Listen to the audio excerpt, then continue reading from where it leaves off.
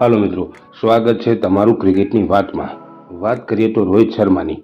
મીડિયાના માધ્યમથી જાણવા મળ્યું છે કે રોહિત શર્મા પાછા ઇન્ડિયન ટીમના કેપ્ટન બની શકે છે. એટલે કે વાત જાણે એમ છે, ઇન્ડિયા અને આફ્રિકા વચ્ચે 30 તારીખથી વન-ડે સિરીઝ શરૂ થઈ રહી છે.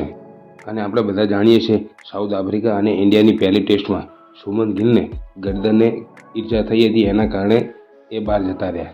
અને પહેલી ટેસ્ટની અડધી કપ્તાની રિષભ પંતે કરી હતી. તો વન-ડેના કેપ્ટન પણ શુભમન ગિલ છે અને વાઇસ કેપ્ટન શ્રેયસ અય્યર. અય્યર તો પહેલાં ઈજાના કારણે બહાર થઈ ગયેલા છે અને હવે ગિલ પણ ઈજાના કારણે બહાર થઈ ગયેલા છે. એટલે બધાને લાગી રહ્યું છે કે સાઉથ આફ્રિકા સામેની વન-ડેમાં રોહિત શર્મા પાછા કેપ્ટન બની શકે છે. તો તમારું કહેવું શું થાય છે? રોહિત શર્માને પાછું કેપ્ટન બનવું જોઈએ?